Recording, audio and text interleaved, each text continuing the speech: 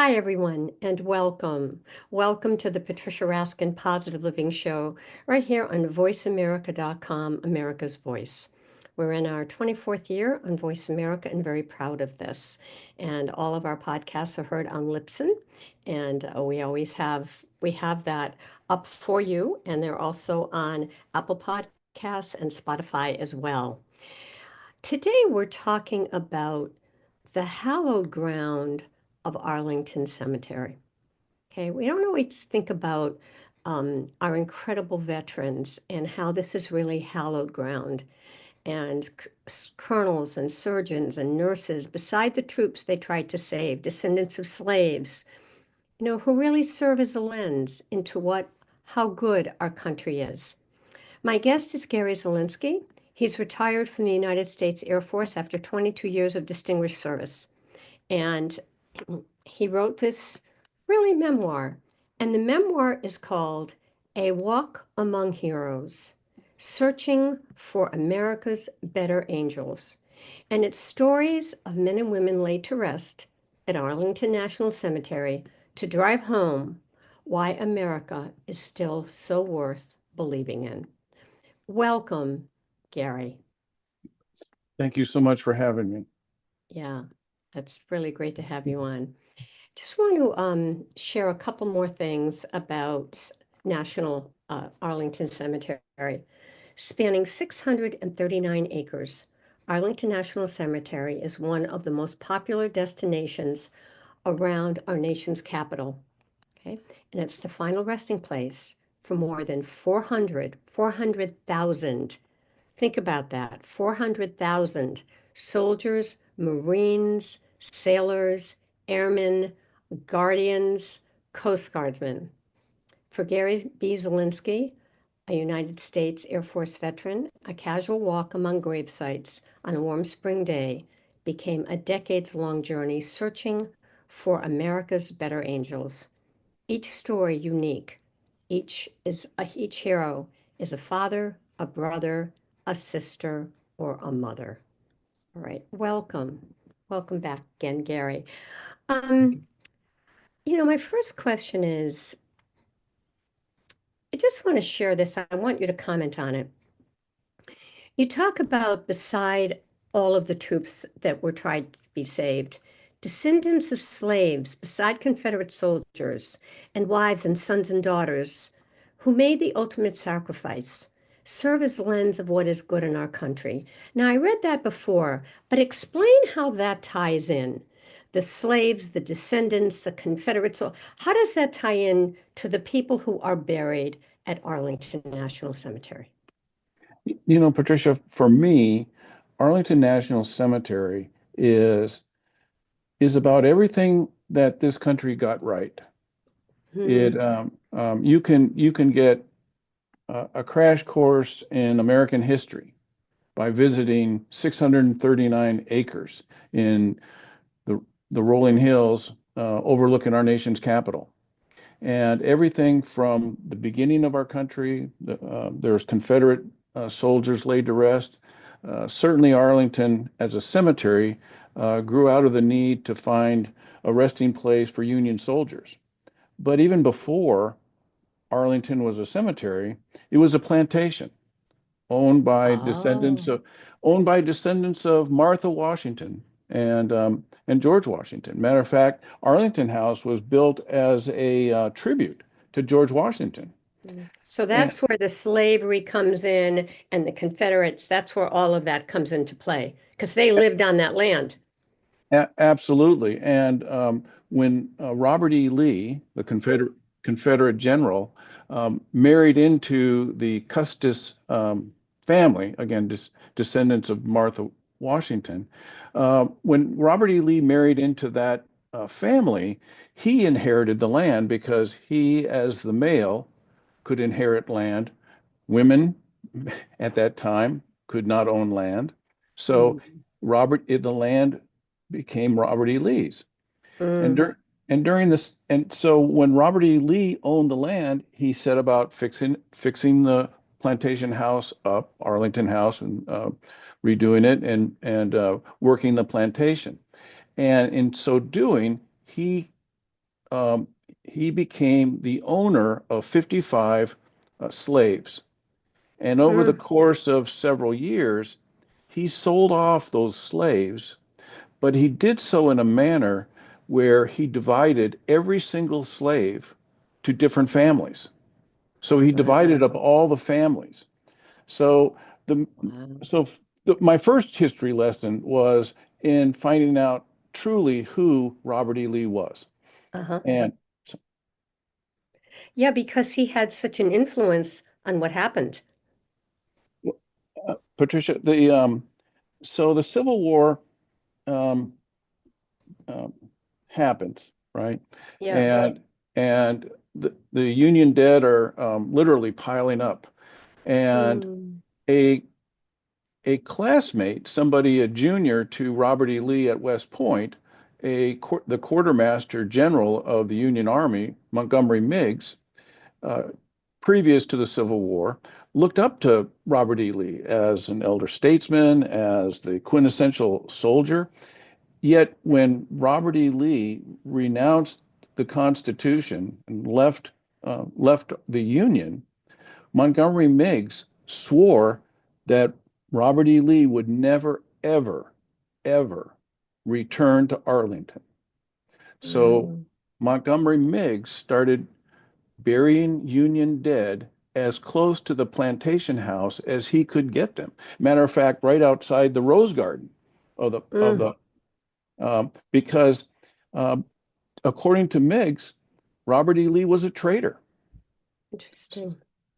So And how did that, so Miggs was again very instrumental, really, in the formation of the cemetery, even though he didn't know it, right? When you think about it. And what do you think has been the legacy of Robert E. Lee? That's been very controversial over the years. well, I'm not a historian by trade. I like to think of myself as somebody who just wanted to take a walk. So I'm sure you can. It's a The cemetery is beautiful, and I started Mm, out wanting to just take pictures. But the more I learned about the the Civil War, the more I came to realize that um, it it truly defined the United States, and in some ways, we haven't got over the sins of our past. mhm. How did the cemetery itself come to exist? I mean, you're giving us the background on the history. Mhm. Okay, so sitting on a bluff overlooking our nation's capital is the plantation Robert E. Lee. It's taken over by the Union Army during the Civil War, and today it used to be about 1,000 acres, and but over time it's been whittled away, and currently it's at 639 acres. Hmm. And if you walk to a distant grave, it's a bit of a hike, and if you walk it over 10 years, I got my steps in, if you will. Hmm. Yeah, that's so amazing.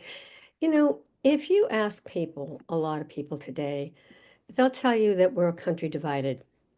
But you believe that the stories in your book, which we're going to Mhm. talk about next, paint Mhm. a portrait of an America worth living in and sadly at times worth dying for. So, do you have an opinion about how we protect and honor the America and values that are featured in your book? You Particularly know, now where we have so much division and so much unrest. I, I'm glad you asked that question, because I think as I, you know, creep up on 70 years of age, I think as we reach the twilight of our lives, I think we all look back and say, this is a horrible time to be alive. The divisions in our country are just Mm, unfathomable, right. unsolvable. Well, in researching the book and taking the walks at Arlington, what I discovered is that uh, our country's been divided since its formation, and Mm, particularly at the when I'll give you an example. When Abraham Lincoln gave his first inaugural address, 7 states had already seceded from the Union. His first inaugural address was a plea to the Southern states. Let's not be enemies. Let's be friends. Let's search out the better angels of our nature.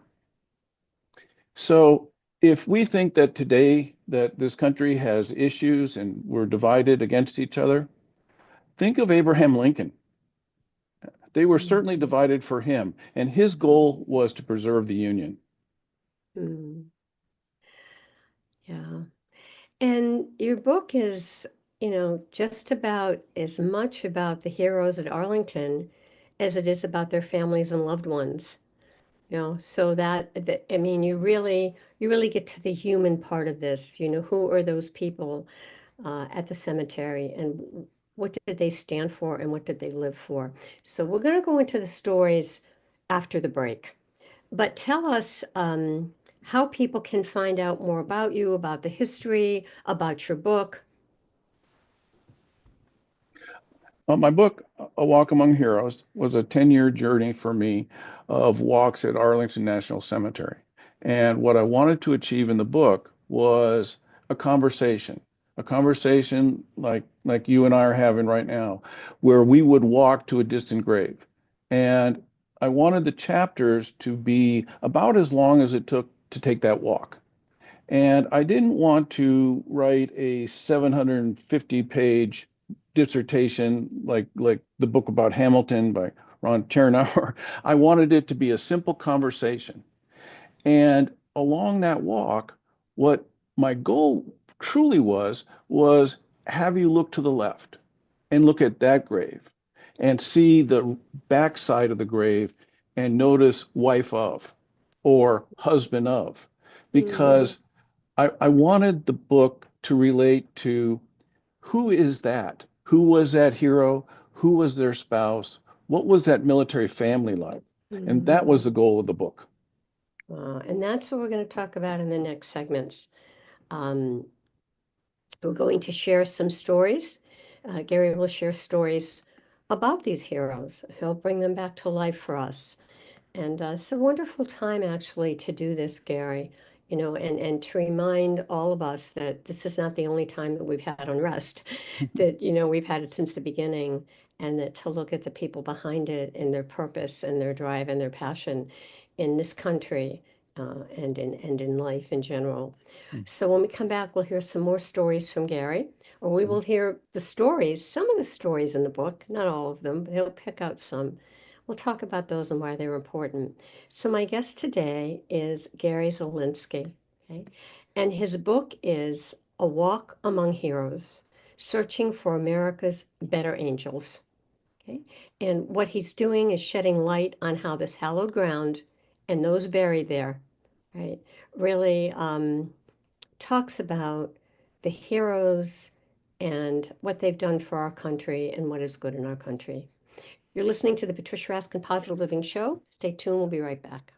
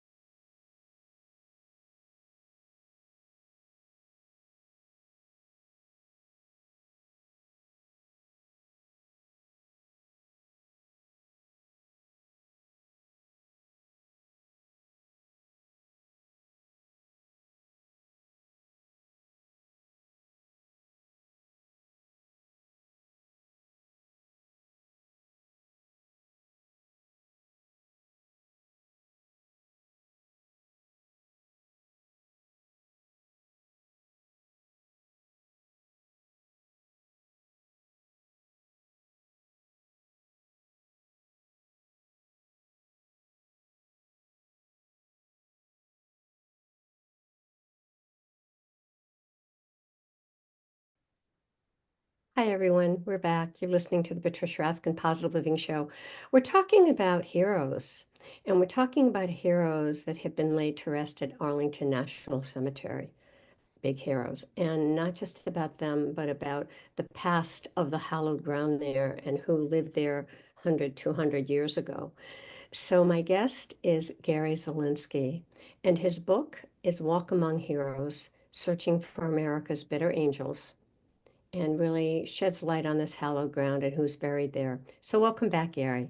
Well, thank you. So, my question is, how did you select? I mean, there's what, like almost 700 acres and thousands of people, and I think you said it was 400,000 people. So, how did you select who to write about? And once you did select them, did you do research, go online? Did you talk to descendants? And if so, how did you find them? Give us that backstory. First off, let me talk about doing the research because today the world is at your fingertips, right? You Right, can put any name in and you can that's find right. more information than you would ever want to have. The trouble with that is that there is so much noise around it that that you really have to weed through it. Where it used to be, you could go and pull off a dusty volume out of the library. I don't think I've been to the library in 10 years, but I'm an expert at Googling. But what happens when you do that is you learn the same facts over and over again. And what became a Mm, quest for me was finding a story that hadn't been told. Uh, and oh, let me go back to those 639 acres. So it is one of the most visited places, Arlington National Cemetery, in our nation's capital. I think mm, somewhere around 3 million visitors a year go to Arlington. And you see busloads of school children, all neatly attired, so they don't get lost. Their blue shirts, their red yeah. shirts. Then you see tour buses of, big company tour buses going through the cemetery, and they can only go so far. And the majority of tourists, they go to the Tomb of the Unknown Soldier. They watch the changing of the guard. Everyone in America should do that. Make a pilgrimage and watch that. It will humble you to your core. The Mm, other big draw is people go to see the eternal flame for John F. Kennedy. mm, But for me, once you walk past and you've done that, and you start taking a walk on those 600 plus acres, mm, you're mostly alone on a mm, in a beautiful rolling Virginia countryside. mm. And the thing that I came away with was, what are the stories that are not stopped at by the tour bus? What are those stories?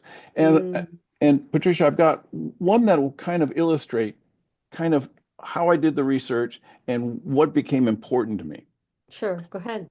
So, uh, probably the third most popular site at Arlington is the headstone of um, Audie Murphy, our nation's most decorated war hero. Audie Murphy uh, received the Medal of Honor in World War II, and he received every medal for valor our country could award. He also received the highest awards for valor from France and Belgium. Wow. So he did that. Just one of the exploits that earned him the Medal of Honor. He stood on a burning tank and repelled companies of German soldiers and Mm, protected his troops. Now, I don't know about you, Patricia, but I'm not predisposed to stand on a burning tank and do anything other than get off. so, so what a remarkable human being. He survives the war, and his picture is on Life magazine. He gets discovered by somebody I'll know, and maybe some of your listeners will know, a, a wonderful actor from Hollywood, James Cagney. He sees Audie Murphy's picture on Life magazine and says, "You should come to Hollywood." So Audie Murphy does. And he stars in over 40 movies. wow. And so Audie Murphy has had a life that six people should have could have, but so he's truly had uh, a, a lot of different aspects to his life. But the war injures him. He's got post-traumatic stress. He sleeps with a revolver under his pillow. Mm, If you're a military historian, you've got all that. That's baked into your consciousness. If every army officer knows that story backwards and forwards. So as I started to learn about Audie Murphy, I can't, now he's relocated to Southern California, where I currently live. And after a 20-year marriage, all of a sudden, Audie Murphy dies in a plane crash, a small plane in rural western, southwestern Virginia. He dies. He, and his wife is left with gambling debts. mm, And so the quarter horses that he used to raise, the ranches he used to have, all gone. She moves her two boys into a one-bedroom apartment about 3 miles from where I personally grew up. mm, So the story I wanted to tell was about this remarkable woman, Pamela Opal mm, Lee. So to pay off his debts, to put food on the table, she goes to work at the Sepulveda, Southern California Veterans Administration Hospital. She works there for 30 years as a patient advocate. mm, She was tenacious. If a soldier was waiting too long, in her estimation, she would grab them by the collar and drag them into the doctor's office. You see my soldier, you see them now. mm. S- Wow.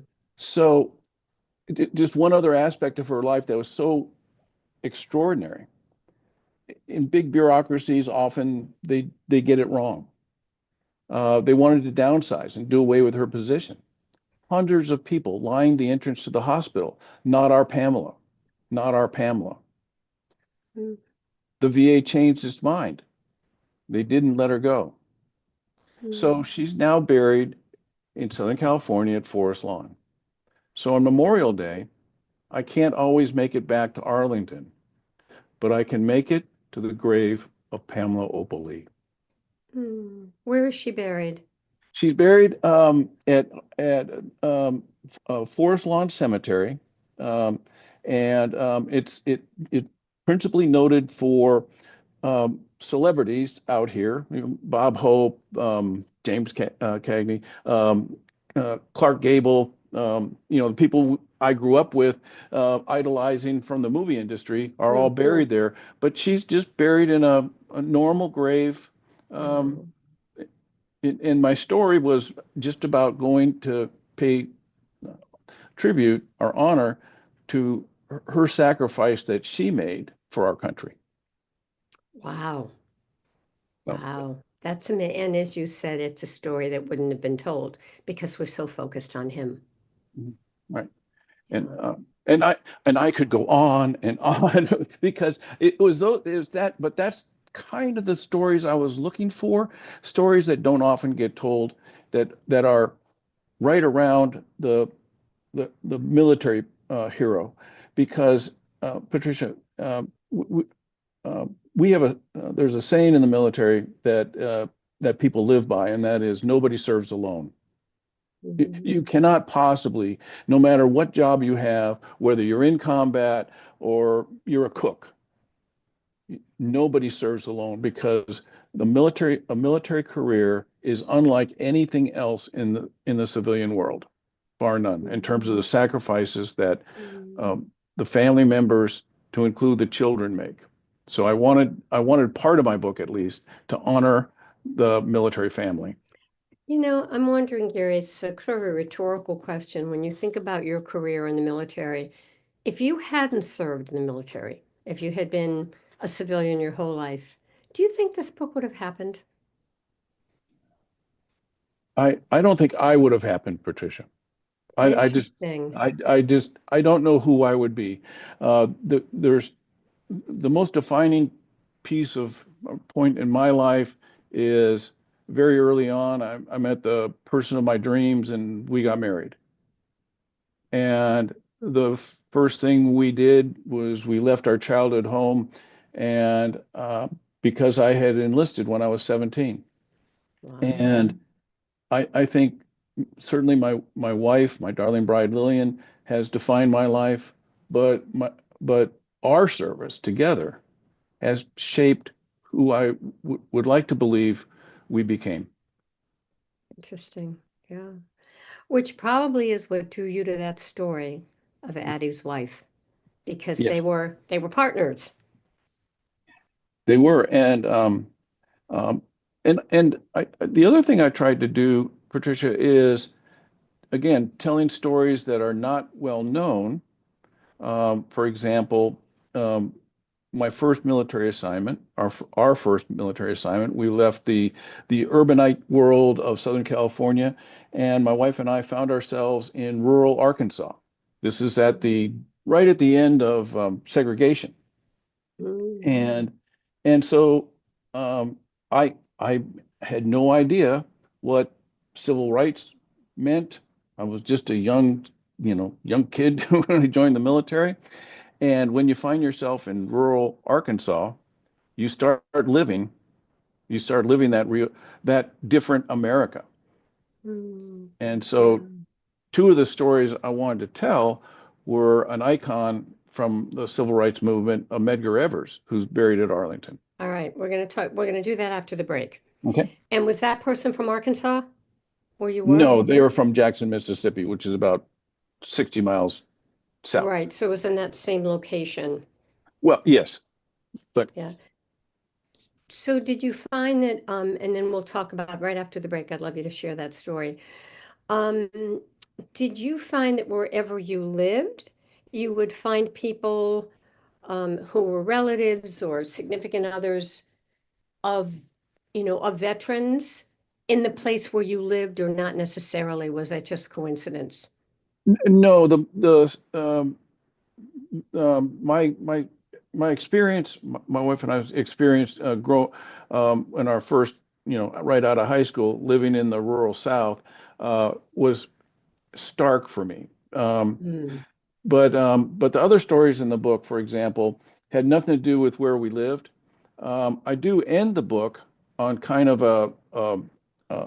a calling for people to find somebody that they know. I know a handful of people that I've known personally buried at Arlington, and each of those stories are profound. And mm, so what I try to illustrate in those stories is we can all find somebody that we're related to, a relative, a friend, and so use that as your mhm, guide to go mhm, see, mhm. where they're laid to rest. Yeah. And it's so important. And it gives you the history, it gives you context, it helps you understand legacy, puts things, really into a framework. Yeah, wonderful.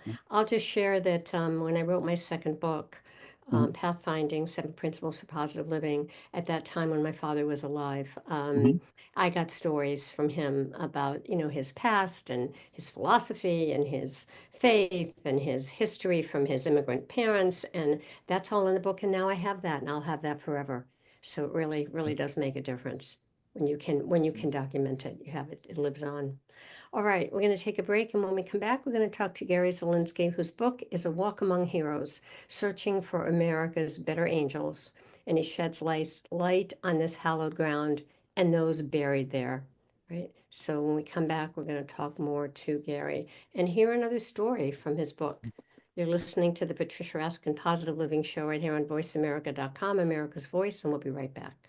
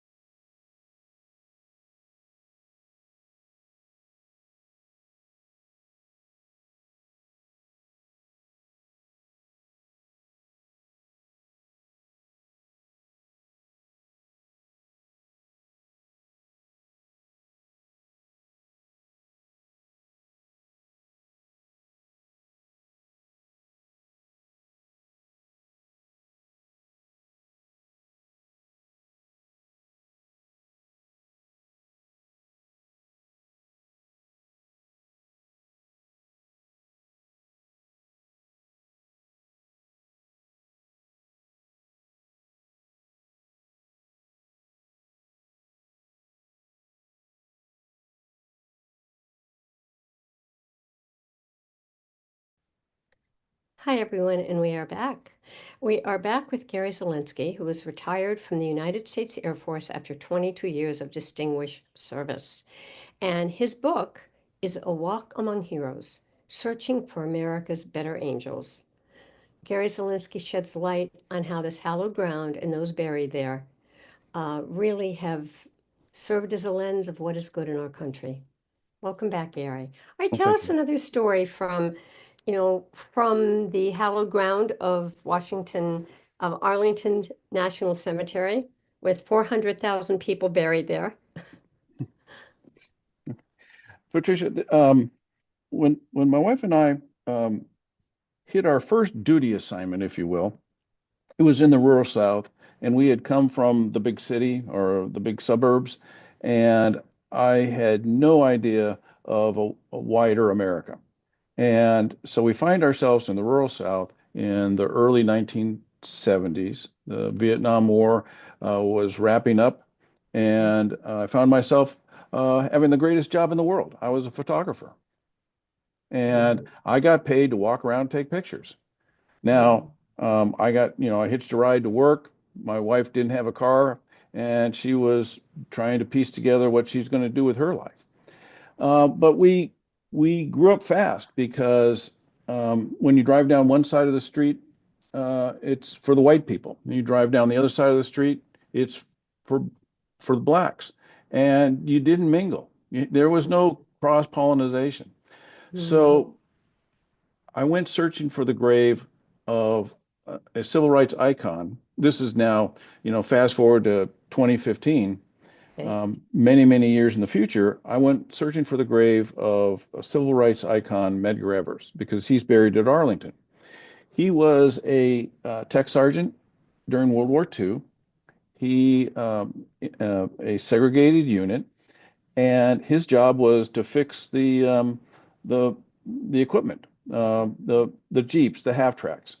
They were not involved in the fighting, but shortly after the invasion of D-Day, Medgar Evers found himself in France fixing uh, fixing trucks, and so he finishes his military assignment. World War II ends, and he moves back to continue his passion, and that is registering African Americans to vote. Well, in Jackson, Mississippi, in 1963, I believe, my memory fades. I believe it's 1963. He's walking up the driveway of their home, and he's assassinated by a white supremacist in Mm, front of his wife and three children. mm, And so he he tested the in during his life before he was assassinated. He was testing the waters of segregation. mm, He applied to law school at the University of Mississippi. Of course, he was denied entrance, right? So his passion and what became his wife's passion was registering African Americans to vote. And so after Medgar dies, Marley takes up the mantle. She becomes a civil rights activist in her own right. Today, she's an icon in the civil rights movement. mm, Um, she worked for 30 years for justice for the assassination of her husband. mm, She had to wait for the judge to retire, the county judge to retire, before justice was finally served and the white supremacist was found guilty after mm, 30 years of mm, pursuing justice. mm, Marley, as a civil rights advocate, I'll give you an example about her. She gave the invocation, or excuse me, address at President Barack Obama's first inauguration, the first African American woman to do so. mm, She was on the board of directors for in Los Angeles for I believe Water and Power, and she was one of the uh, leaders in uh, the NAACP, right? mm, So she has worked her entire life mm, promoting civil rights. Come to find out, she's still alive. She's the age of my mother. She's 92 years old, and she mm. lives 90 miles from me. Did And you so look her up? Did you find her? I have her um, her memorabilia is all at Claremont Universities in Pomona, California, about 70 miles from our home. Hmm. So I talked to the archivists. My wife and I travel, and the university is very guarded of her privacy, and I respect it. But I wanted to give her a copy of the book. And sure enough, the university gave her a copy of the book. So when we get home, Patricia, it is my hope that I will finally get to meet this person that I idolized. Did she contact you after she got the book? Oh, no. And again, I'm in that process where the university has it. They're including the book as part of their official Oh, archives for her. Um, isn't that great? so it's those types of stories that I wanted to tell Yeah. that reach beyond the Yeah. cemetery, but beyond Arlington. And here's another example of her carrying on her husband's work. The Right. first story, you said the same thing. Mhm. So really amazing. Great stories. Do you have another one? I do, and it's not about a wife. Okay. All right. We're going to do something different. Okay. So uh, I didn't know anything about boxing, Mm, and not particularly my favorite sport. But in 1900s, boxing was more popular than baseball. Baseball was in its infancy, just taking off. But boxing, the bare-knuckled sport of boxing, was the national sport. And in 19, I think 13, a, a black boxer, Jack Johnson, became the mhm, heavyweight championship, world heavyweight boxing champion. Okay. But he did everything to divide the country that a black man back then could possibly do. He had the audacity of marrying a white woman. He would cavort. Um, uh, when he beat when he won a title bout against a white opponent, he would lord over them, dancing in the ring. mhm. He infuriated and truly helped the racial division grow even wider. So, um, so come along in the 1930s, an African American named Joe Louis Barrow Mhm. became the heavyweight champion of the world.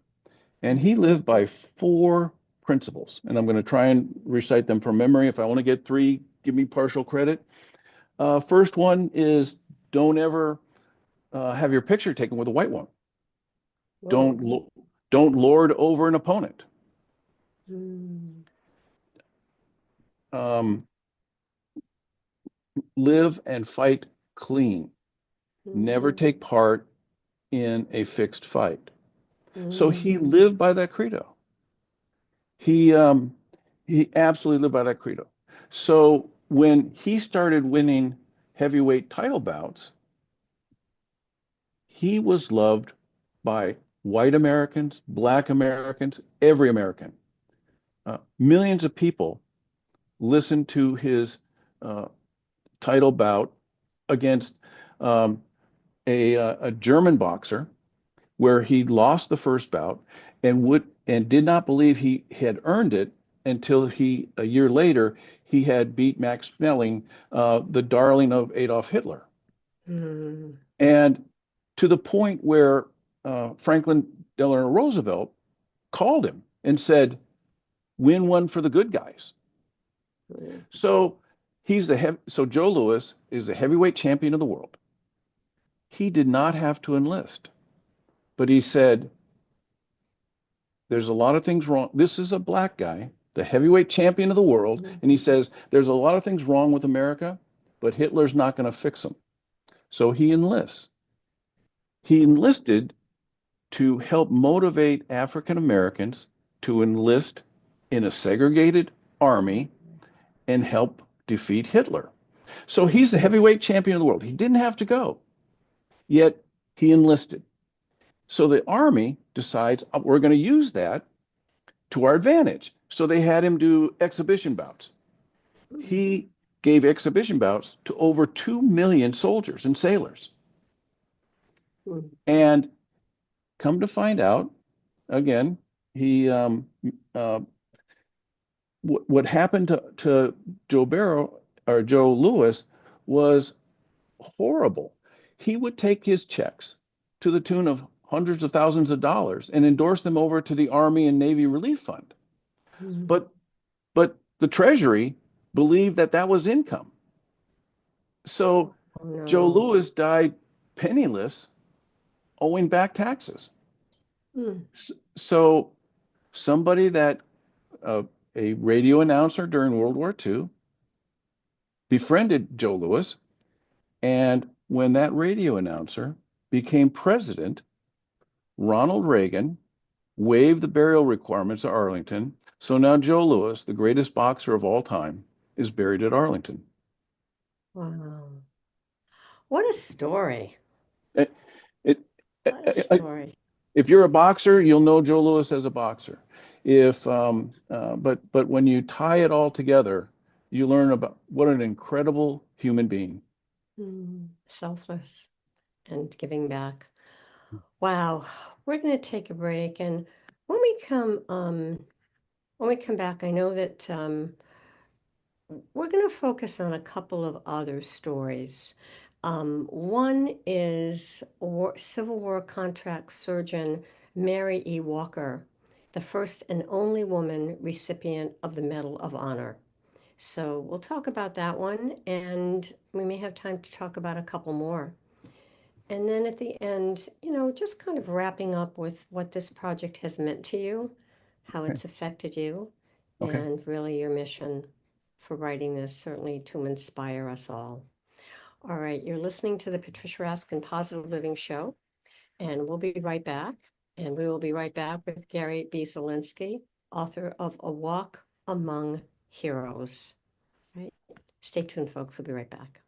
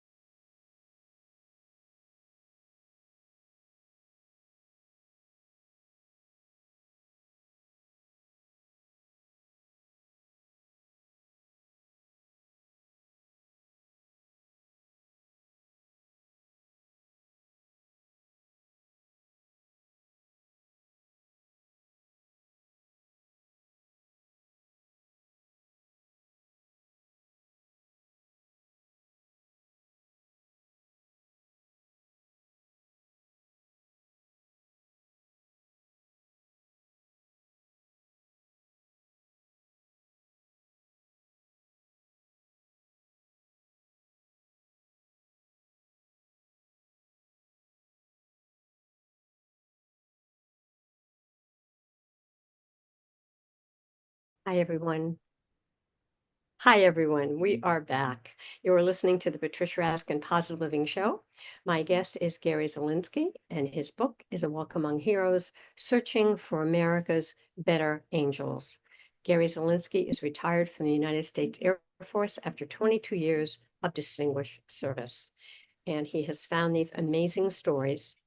So, Gary, tell us a story, and I know there's many in the book, but tell us the story of Civil War contract surgeon Mary E. Walker. Well, Mary Walker, Dr. Mary Walker, has the distinction of being the only woman recipient of the Medal of Honor. Now, I'll tell you a little bit about her, but let me put the Medal of Honor in perspective.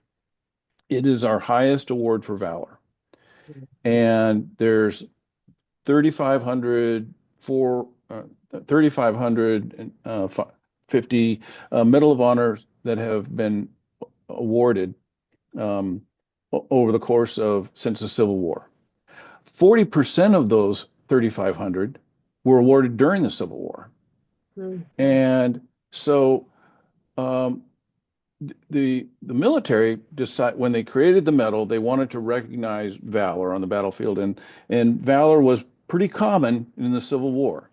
However, what the Army and Navy realized is that we need to hold this award as something truly unique in our history. So so the criteria became truly profound.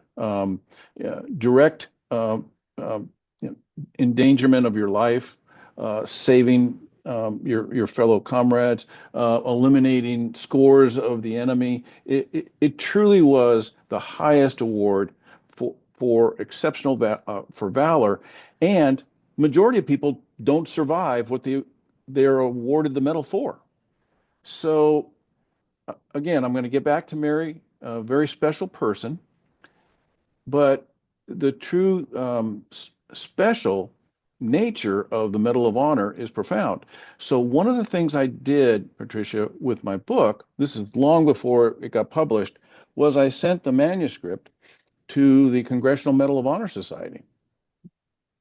And I apologize, it's going to come out like I'm hawking my book, and I apologize for it.